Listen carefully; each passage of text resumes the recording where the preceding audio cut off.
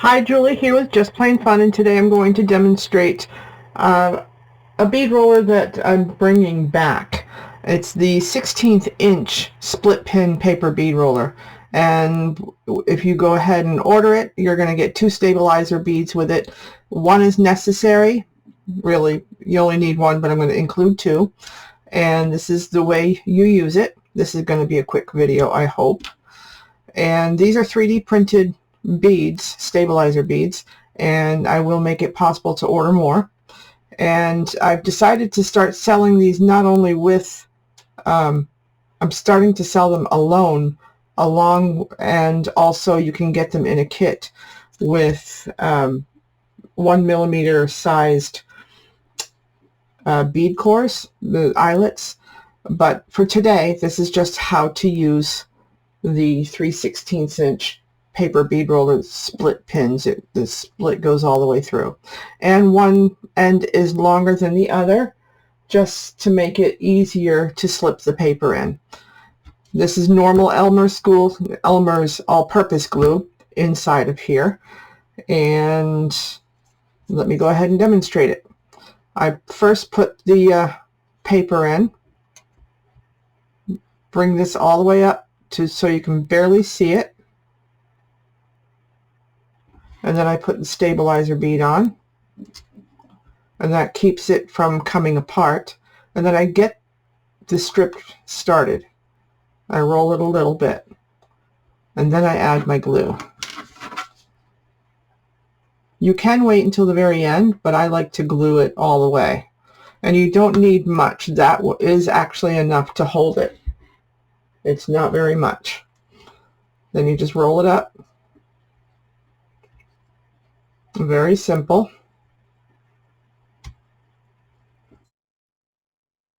And with my forefinger, I'm guiding the paper, keeping it centered.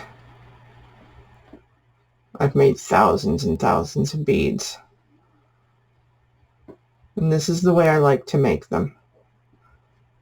And the neat thing about the 16th inch paper bead roller, it makes a 16th inch core or a hole, and those I find are great for making jewelry, especially when you want a small hole.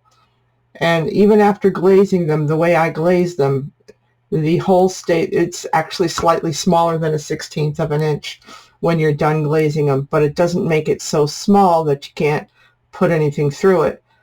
I can fit 30-pound fishing line through these, and the 50-pound fishing line that I use to hang them up with. And this is just basically it. And I'll show you how to clean up the inside when we're done.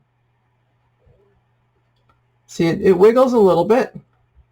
There's the piece of paper that's in between the pins. Then you hold it for a few seconds just so it won't unravel or come undone.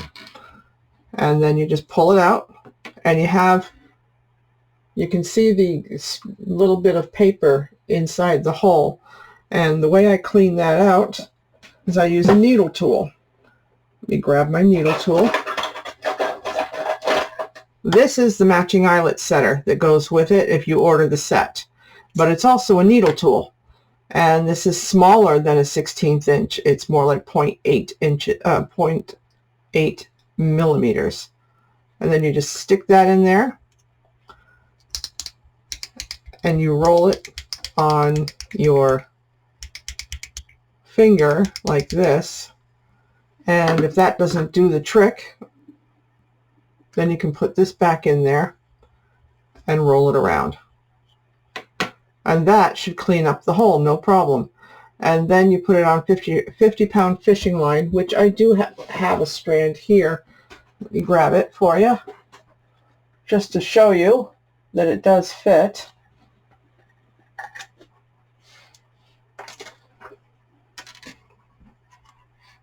No problem. This is 50-pound fishing line. No problem. And this is my favorite size to use besides the 5/64 for making jewelry. And this is cardstock, and I was able to roll it no problem with this. But if you want to roll copy paper, it's really easy. You almost don't need the stabilizer bead for copy paper, but I still use it. And it only needs to go on the end. You can pull this a little bit tight.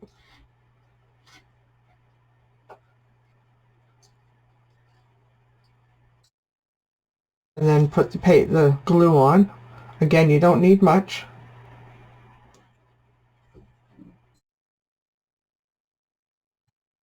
Seriously, you don't need much.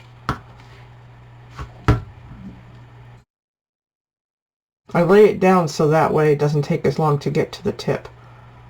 Kind of keeps it in place.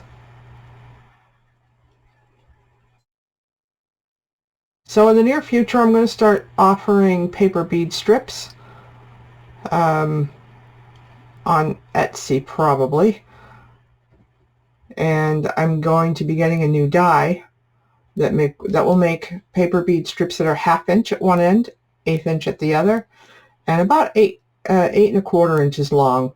Because of the nature of the die, it just works best if I don't make them 8 1/2. So if you're interested in ordering those, I will make sure I make them available in my Etsy shop. I might put them on Amazon in the future. And I also already make 3/8 inch paper bead strips, and those come with the eyelet setter and the paper bead roller when you order them as a set. And this one's almost also almost done.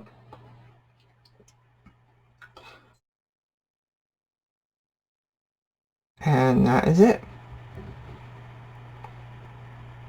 Alright, so the paper bead strips are going to be primarily in scrapbook paper, and also perhaps maybe I'm thinking about it, some of my own designs from the books that I've published on Amazon that have, my own papers, my own book of papers that I haven't had any orders of. So I'm thinking I might just use those, order the books myself, cut them into strips, and sell the strips, because they work great.